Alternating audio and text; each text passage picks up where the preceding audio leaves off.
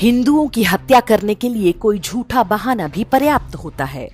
बांग्लादेश में किसी शांति दूत ने दुर्गा पूजा पंडाल में घुसकर माता के चरणों में आसमानी किताब रख दी, उसकी फोटो खींच ली, सोशल मीडिया पर वायरल करा दिया। हंगामा मच गया कि हिंदुओं ने आसमानी किताब की बेअदबी की है और इसके बाद उन्हें खून खराबे का लाइसेंस मिल गया। दूसरी तरफ हिंदू हैं जो अब तक ये भी नहीं सोच पा रहे कि वास्तव में अपमान तो माता दुर्गा का हुआ है। जो किताब बीते 1400 वर्ष में विश्व भर में करोड़ों निर्दोष लोगों की हत्या के लिए जिम्मेदार हो, उससे छूकर तो माता की प्रतिमा अपवित्र हो गई। आसमानी किताब की बेअदबी का ये बहाना बांग्लादेश से ही शुरू नहीं हुआ है। ये आक्रमणकारी मजहब की पुरानी रणनीति रही है। भारत में इसका प्रयोग विशेष रूप से तब किया जाता है जब सरकार अपने अनुकूल हो। इसे एक उदाहरण से समझिए। ये कहानी है उत्तर प्रदेश में गाजियाबाद जिले के मसूरी कस्बे की। साल था 2012 का। तब यूपी में समाजवादी पार्टी की सरकार हुआ करती थी। मुख्यमंत्री थे अखिलेश यादव और सुपर चीफ मिनिस्टर थे आजम खान। मसूरी इलाके में एक भाईजान अवैध बूचड़खाना चलाया करते थे। प्रशासन ने एक दिन बूचड़खाना हटाने का आदेश दे दिया। बस इतनी सी बात थी। चूंकि सरकार अपनी थी, इसलिए डर की कोई बात नहीं थी। कुछ दिन बाद ही जुम्मे से ठीक पहले एक रेलवे लाइन पर आसमानी किताब फेंकी हुई मिली और इसके पन्नों पर गालियां लिखी हुई थी।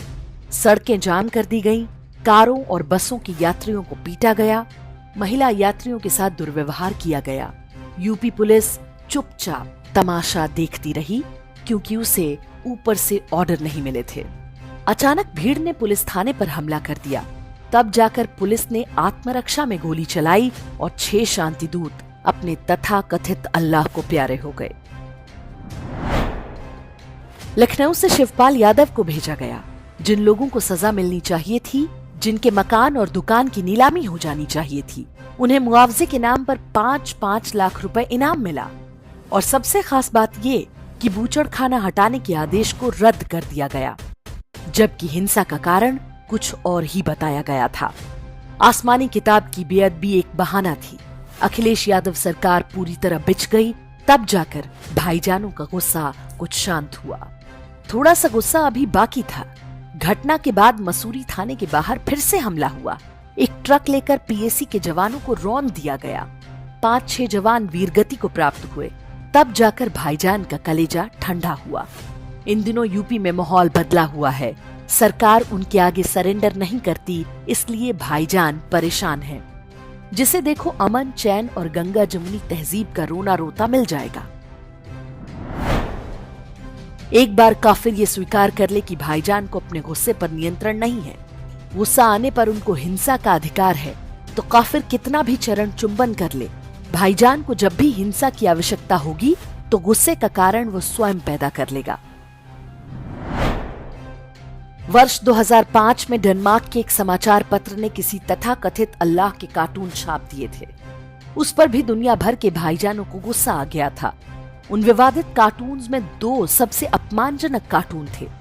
वो कार्टूनिस्टों ने नहीं बनाए थे। मौलानाओं ने उनमें अपनी ओर से लाइनें जोड़ी थीं ताकि गुस्से को हवा दी जा सके। इजराइल कुछ ऐसे गिने चुने देशों में है जो स्वयं पर होने वाले हर मजहबी हमले का हिसाब रखता है, चाहे वो इजराइल में हो या इजराइल के बाहर। हमलों का पूरा डेटाबेस, कितने लोगों की जान गई, क्या तरीका प्रयोग किया गया, किसने बम बनाया और किन लोगों ने षड्यंत्र रचा। फिर चुन चुन कर सारे दोषियों को 72 हूरों के पास पहुंचा दिया जाता है। और यही काम भारत भी कर सकता था, लेकिन यहाँ सेकुलरिज्म है। सबका विश्वास बना रहे इसलिए हर हमले के बाद बताया जाता है कि जिन्होंने हमला किया वो तो भटके हुए लोग थे। बीते कुछ वर्ष में भारत थोड़ा सा बदला है, लेकिन शासक वर्ग की मानसिकता अभी भी वही पुरानी है। सेकुलरिज्म और गांधीवादी अहिंसा की पट्टी जब तक आंखों पर बंधी रहेगी, हिंदू मारे जाते रहेंगे। बांग्लादेश, पाकिस्तान और अफगानिस्तान ही नहीं, भारत में भी हिंदुओं की हत्याओं पर ना तो मीडिया बोलेगा और न सुप्रीम कोर्ट में बैठे सुओ मोटो वाले लाट साहब। जागना उनको है जो हिंदुओं के वोट को लेकर सत्ता में बैठे हैं।